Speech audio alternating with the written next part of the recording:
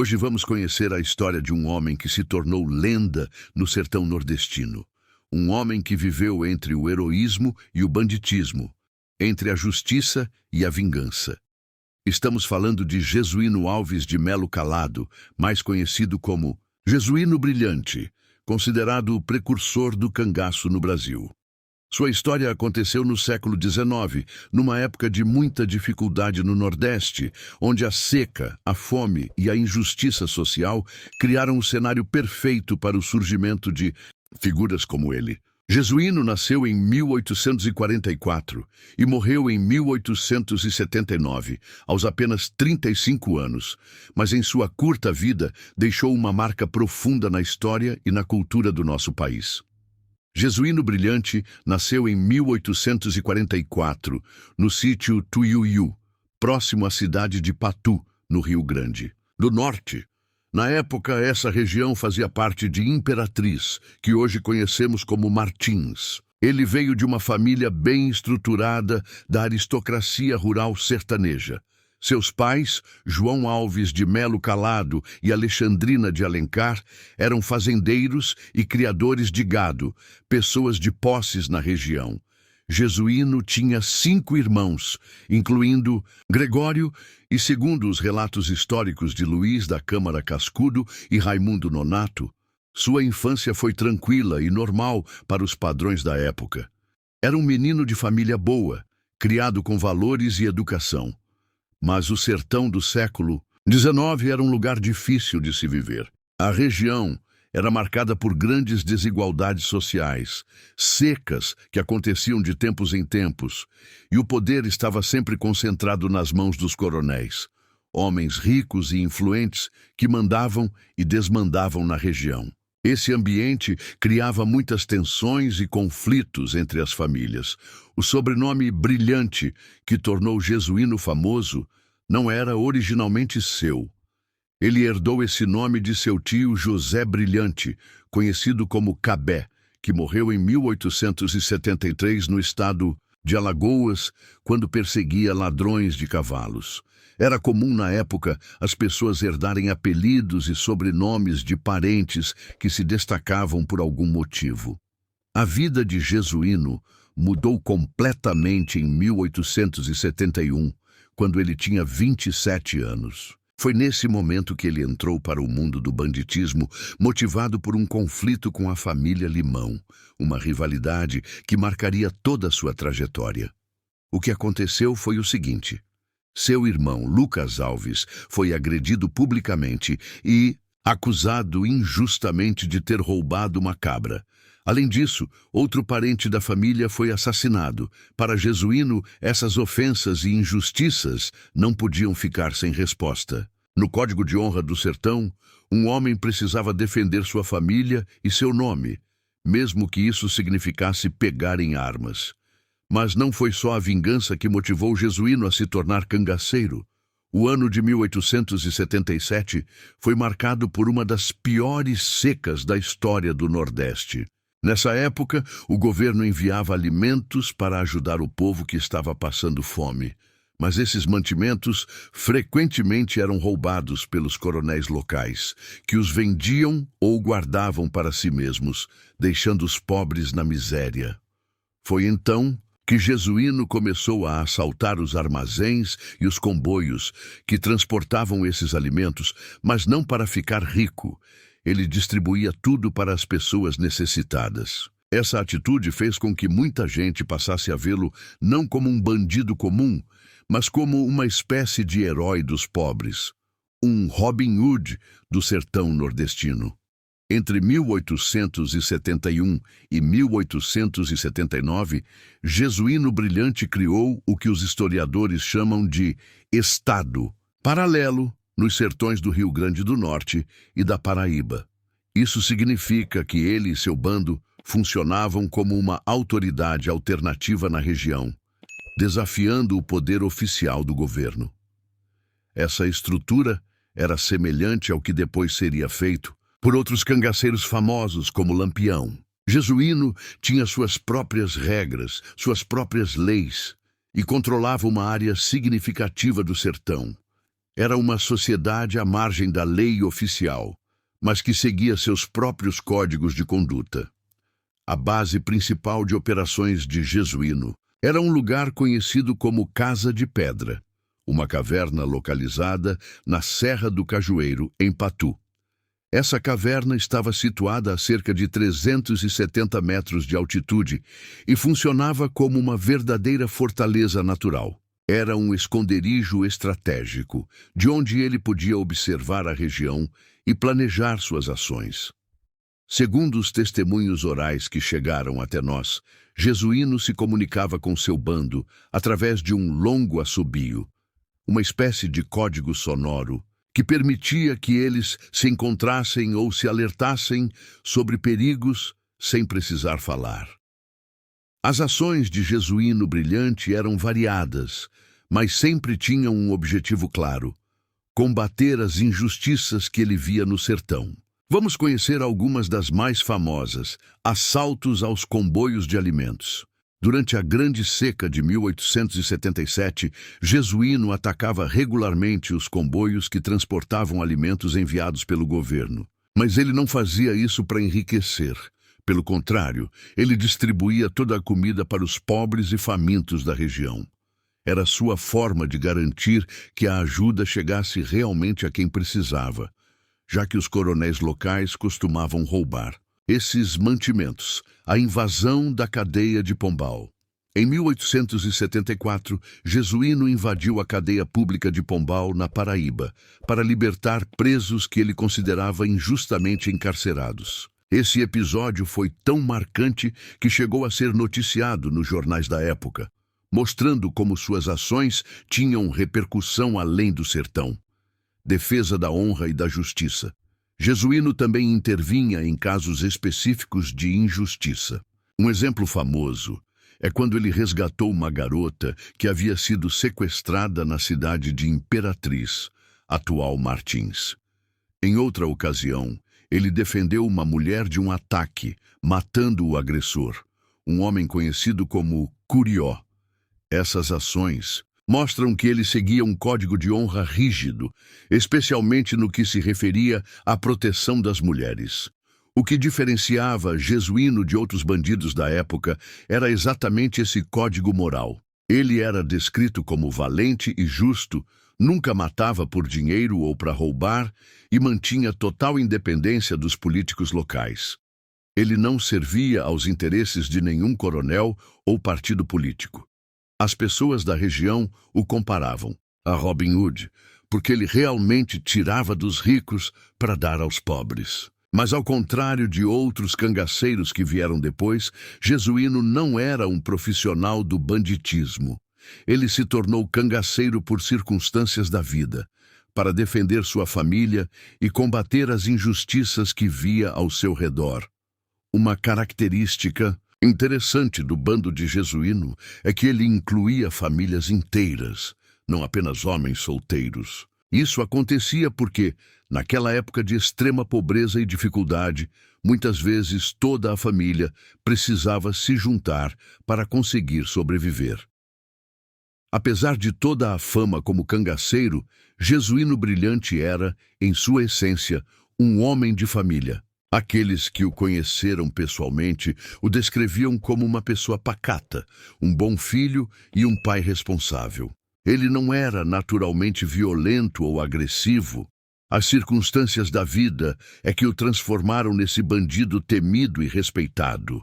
Essa dualidade é muito importante para entender a figura de Jesuíno. Durante o dia, ele podia ser o cangaceiro que assaltava comboios e desafiava as autoridades. Mas em casa, com sua família, ele era um homem comum, preocupado com o bem-estar dos seus entes queridos. Essa característica humana de Jesuíno é uma das razões pelas quais ele se tornou tão querido pelo povo. Ele não era visto como um monstro ou um criminoso sem coração, mas sim como um homem que foi obrigado pelas circunstâncias a tomar atitudes extremas para proteger o que considerava certo. A vida de Jesuíno Brilhante chegou ao fim de forma trágica em dezembro de 1879, quando ele tinha apenas 35 anos. Sua morte aconteceu em uma emboscada no sítio Santo Antônio, também conhecido como Serrote da Tropa, localizado a cerca de 5 quilômetros da cidade de São José do Brejo do Cruz, na Paraíba.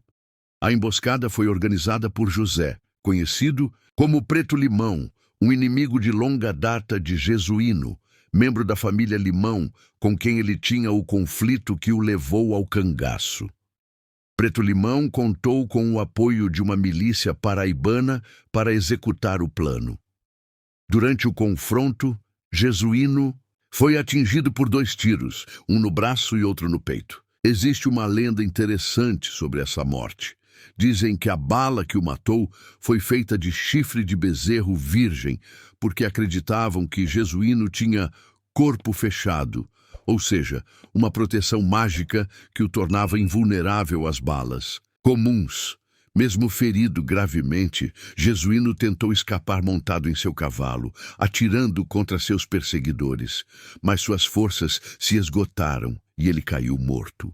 Segundo o testemunho do Sr. Mário Saraiva, que nasceu em 1907 e em 2008 tinha 101 anos, as últimas palavras de Jesuíno foram: "Valha-me Deus e Nossa Senhora da Conceição, uma bala envenenada atravessou meu coração."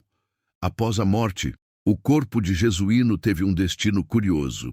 Ele foi levado para o Colégio Diocesano de Mossoró, pelo Dr. Francisco Pinheiro de Almeida, e depois transferido para o Rio de Janeiro, como item de museu. Mais tarde, seu crânio foi exumado por Juliano Moreira, mas atualmente ninguém sabe onde estão esses restos mortais. O corpo foi enterrado no mato, possivelmente no próprio sítio Santo Antônio ou na Fazenda Palha, mas o local exato também se perdeu na história. Após sua morte, Jesuíno Brilhante não caiu no esquecimento. Pelo contrário, sua figura foi sendo mitificada e transformada em lenda, perpetuada através de várias formas de arte e cultura popular.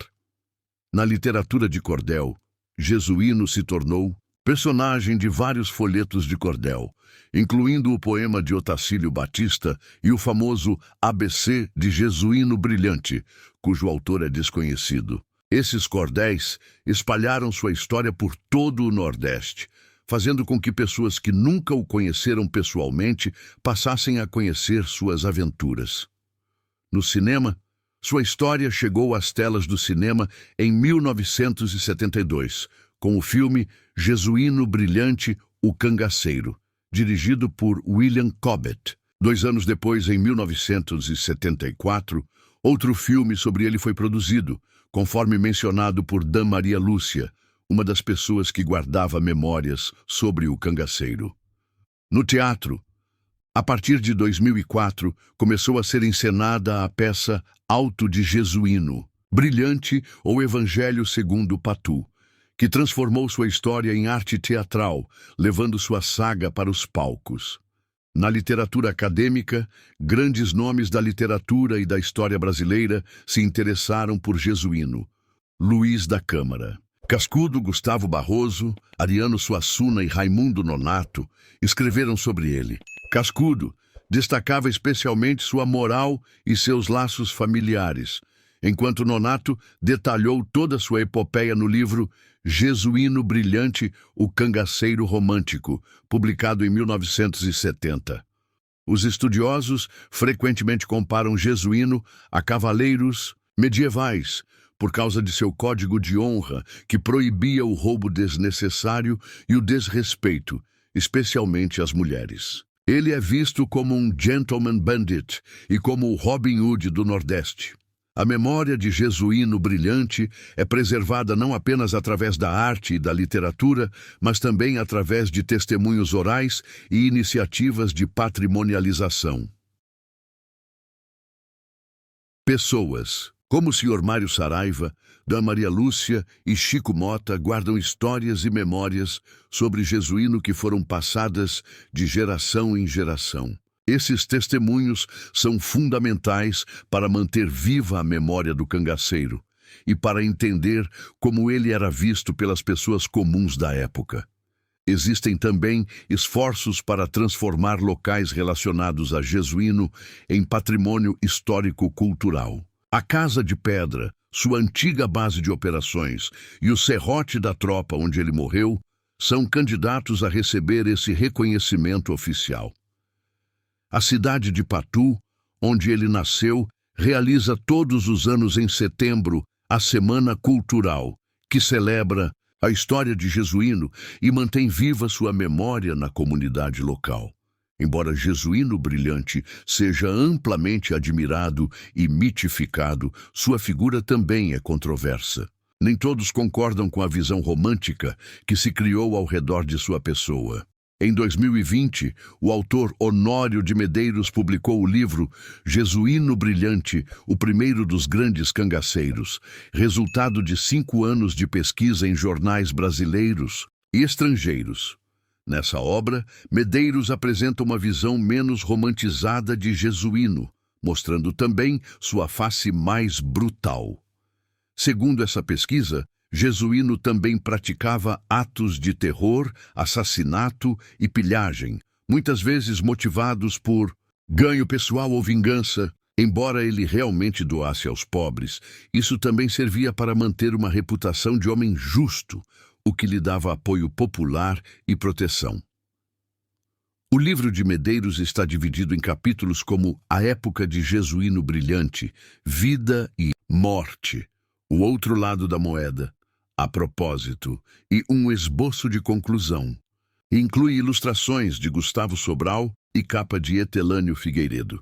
Essa visão mais crítica não diminui a importância histórica de Jesuíno, mas nos ajuda a entender que ele era um ser humano complexo, com virtudes e defeitos, e não apenas o herói perfeito dos folhetos de cordel.